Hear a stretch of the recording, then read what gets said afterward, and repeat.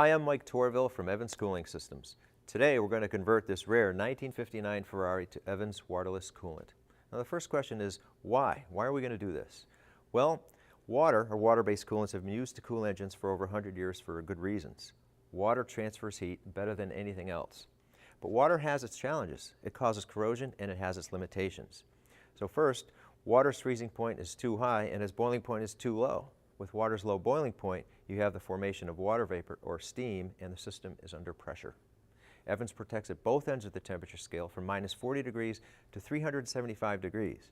That's right, Evans boils at 375 degrees, and that provides a huge safety margin between the operating temperature and the boiling point. No boiling and no pressure. With Evans Waterless Coolant, we'll avoid the effects of corrosion and electrolysis as well. So first, it's important to purge the system of water, and that means getting all the old water-based coolant out.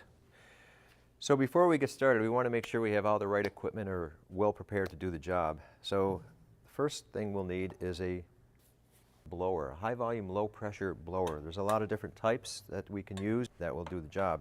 We also will need our Evans high performance waterless coolant, so we have enough product on hand to make sure we can fill the system. We also want to use the Evans prep fluid. This will do a good job of chasing that old water out and flushing the system clean before we add the high performance waterless coolant. Now when we're done, we want to test for water content, and the tools we can use for that are a refractometer, and that'll help us to gauge the water content. Another means to do that is using the test strips that will indicate by color what the water percentage is. The last thing we need to do is put a sticker on the radiator to prevent anybody from mistakenly adding water afterwards. We want to keep it waterless.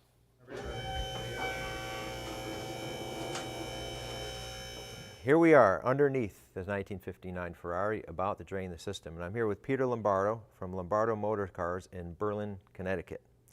Now, before we raised the car, we took off the radiator cap, so now we're going to open up the petcock here, remove the coolant from the radiator, and then we're going to open up the block drain and remove the coolant from the block. And once we've done that, then we're going to lower the car and blow air through the system to remove all that coolant that's left behind.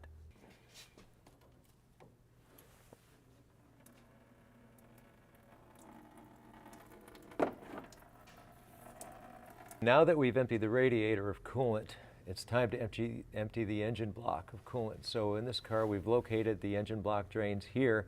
Now it's important to remember each car is different, and the location of the block drains may be in different places, but once you locate and have access to them, it's a very important step to get the coolant out of the engine block. So now Peter's going to put the radiator cap back on before he begins blowing high volume air through the cooling system. This will force all the remaining coolant out through the radiator and through the block.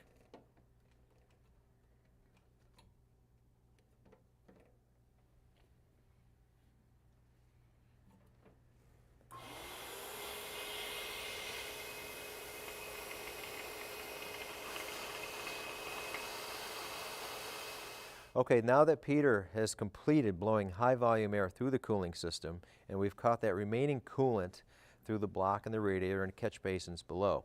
Now it's time to button everything up, put the hoses back, put the block drain back and the petcock, close it up, and put the prep fluid in and run that through the system.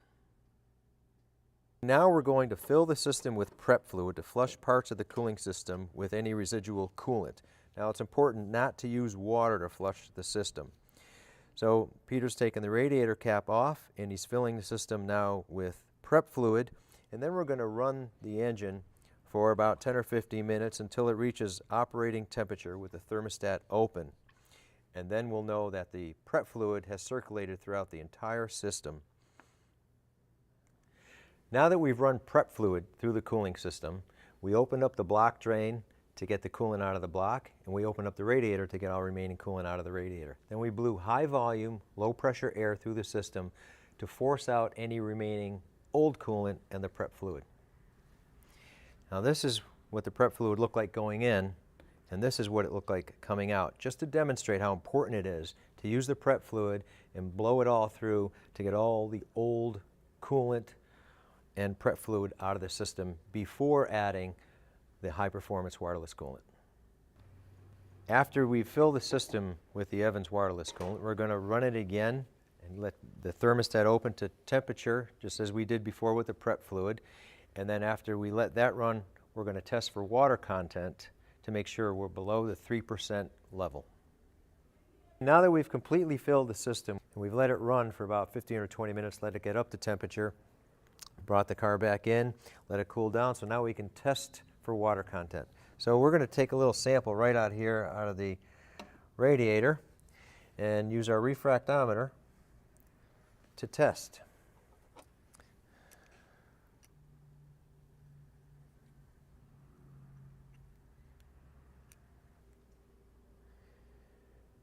And we can see through looking at the refractometer that we're at 55.5 on the brick scale, which means we're at 0.3% water, which is well below the 3% tolerance. So that means it's a successful conversion.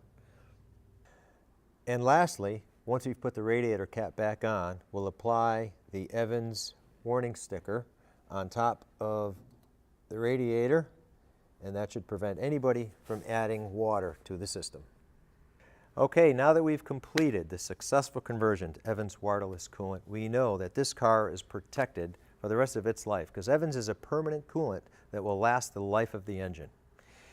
But we want to remind you of a few things. Never work on a hot engine. Please make sure that it's cooled on all the way before removing the radiator cap. And please dispose of coolant properly, responsibly, and environmentally safe way. And also, please refer to the written instructions before beginning your conversion to Evans Waterless Coolants. Thanks.